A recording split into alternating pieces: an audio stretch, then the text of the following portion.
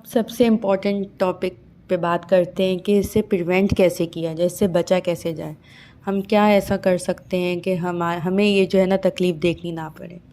सबसे पहले तो वेट रिडक्शन, अपने वज़न को कम करें। ओबेसिटी भी इसका एक लीडिंग कॉज है।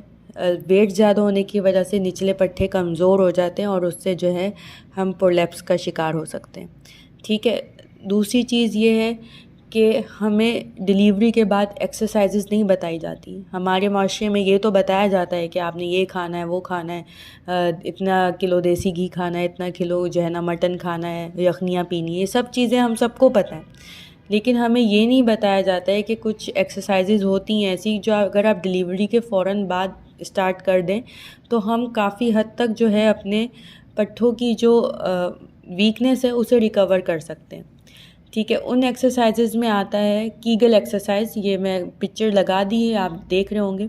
इसमें क्या करना है, कुछ भी ऐसे एक्स्ट्रा नहीं करना है। इवन आप खाना पका रही हैं, आप लेटी हुई हैं, आप बैठी हुई हैं, आपने थोड़ी देर के लिए अपनी नीचे से जगह तंग कर लेनी है। जैसे हम यूरिन रोकते हैं ना, सिर्फ उस तरीके से आपने, अच्छा कुछ औरतें करती हैं पेट अंदर कर लेती हैं और समझती हैं कि ना एक्सरसाइज हो रही, नहीं। आपने नीचे से विजाइना से आपने अपनी जगह को तंग करना है।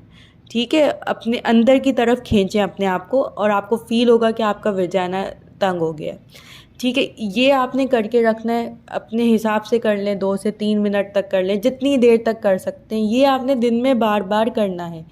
ठीक है। इस चीज़ का ख्याल रखना है कि पेट अंदर करके नहीं सोचना है कि बस हमने कर लिया, नीचे से जगह को तंग करना है। ठीक है। नीचे से जगह को आपने अंदर की तरफ खींचना है और कोई इसमें हाथ नहीं लगाना है, कुछ नहीं करना है। बस बैठे हुए आप टीवी देख रहे हैं, मोबाइल चला रहे हैं, आप थोड़ी देर के लिए ऐसे कर लें और फिर आप छोड़ दें। जब आपकी जो है बर्दाश्त से बाहर हो जाए आप छोड़ दें।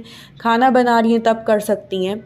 कोई भी आप काम कर रही हैं, आप चलते फिरते ये एक्सरसाइज कर सकते हैं। इसके लिए कोई ख़ास पोस्चर और बैठना लेटना ज़रूरी नहीं होता है। ठीक है। एक तरीका तो मैंने आपको ये बहुत आसान सा बता दिया और ये दूसरा तरीका आप ये स्क्रीन पे अपनी देख सकते हैं किस तरीके से पोस्चर रखना है। ये लेट के करने वाला है और फिर डिफरेंट पोजीशंस है इसमें, तो आप अपनी आसानी से जो कर सकें। पहले तो वही वाला तरीका जो मैंने बताया, क्योंकि डिलीवरी के फ़ौरन बाद आप इतना जो है ना एक्सटेंसिव लेट करो, इतनी पोजीशंस, क्योंकि नीचे भी स्टिचेस आते हैं, एपिजॉटमी होती है, उसे हील होने में टाइम लगता है, तो वो सब करना मुश्किल है। लेकिन जो मैंने तरीका बताया वो बहुत आसान है, वो करें और साथ में जब आप हील हो जाएं तो आप ये वाला एक्सरसाइज भी कर सकते हैं। तो ये सब चीज़ें आप ज़रूर करें ताकि इनसे आगे जो है ये मसला ना बन पाए और आपकी जो पट्ठों की वीकनेस है वो रिकवर हो जाए। दूसरा जो है, डाइट में वो चीज़ें खाएं जिनसे कॉन्स्टिपेशन ना हो। डिलीवरी के बाद 10-10 दिन, 15-15 दिन औरतों को कॉन्स्टिपेशन रहती है क्योंकि उनकी डाइट में फ़ाइबर नहीं होता है, वो पानी का इस्तेमाल ज़्यादा नहीं कर रही होती हैं, ज़्यादा जो है ना वो फ़ाइबर के बिना वाली चीज़ें खा रही होती हैं, जैसे ड्राई फ्रूट्स बहुत खा रही हैं या फिर मीट का इस्तेमाल बहुत ज़्यादा कर रही हैं, जिससे फ़ाइबर की कमी हो जाती है बॉडी में। तो सलाद का इस्तेमाल करें, दाल सब्जियां, सब चीज़ों को बैलेंस डाइट लें। गोश्त भी खाएं लेकिन सब चीज़ें बैलेंस तरीके से खाएं ताकि कॉन्स्टिपेशन का इशू ना हो। अगर तब भी कॉन्स्टिपेशन हो रही है तो अपने डॉक्टर से ज़रूर दवाई लें, लेकिन इस चीज़ को बर्दाश्त नहीं करें और इस तरह इग्नोर भी नहीं करें।